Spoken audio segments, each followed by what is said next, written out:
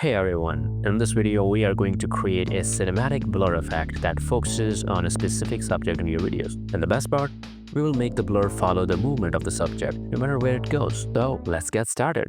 Right-click on your footage and choose Open in Fusion. Now we want to blur everything in the footage except our main subject, this woman. So we can create a nice cinematic look. Select your Media In node, then click on the Blur node in the toolbar. Fusion will automatically add it for us. Increase the blur to around 5 or 6. Now the whole screen is blurred, but that's not what we want. We don't want to blur our main subject. So let's bring in the ellipse node and connect it to the blur node. Adjust it to roughly match the woman. Then check invert. Now everything is blurred except her. To make it look smooth, I'm gonna bump up the soft edge a bit so the blur blends nicely. Let's play the video and see how it looks.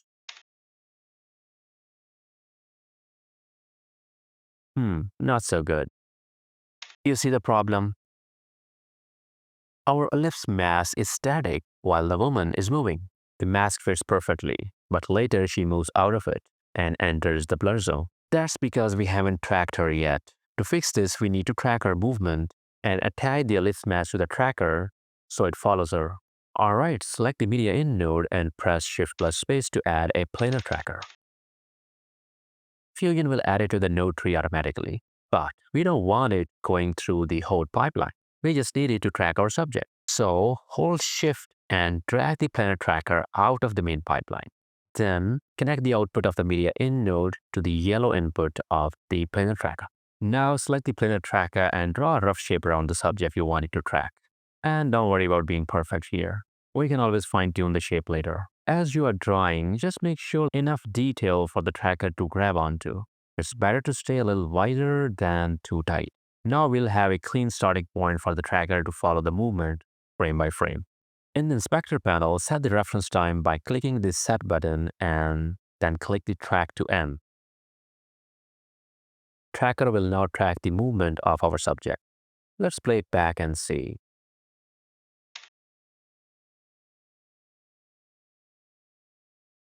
Looks pretty good. The tracker did a solid job.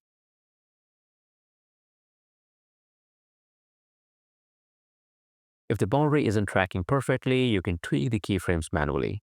Otherwise, it's looking good.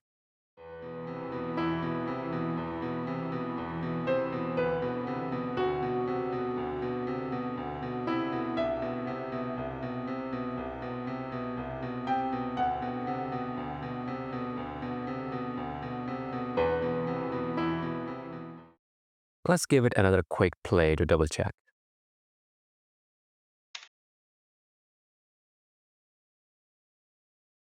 Looks pretty good to me. Now that we have tracked the movement, so how can we give that tracking info to our ellipse mask so it can follow the woman? To do this, select the planar tracker and in the inspector panel, click on Create Planar Transform. The planar transform node doesn't hold the footage. It just carries the tracking data. Now connect the planar transform node to the ellipse mask to feed it that tracking information. Alright, let's play the video and see how it looks. And honestly, it's looking nice. The ellipse mask is now following the woman perfectly, so our blur stays right where it should, no matter where she moves.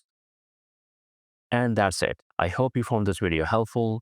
Don't forget to like and subscribe to the channel so you don't miss any future videos.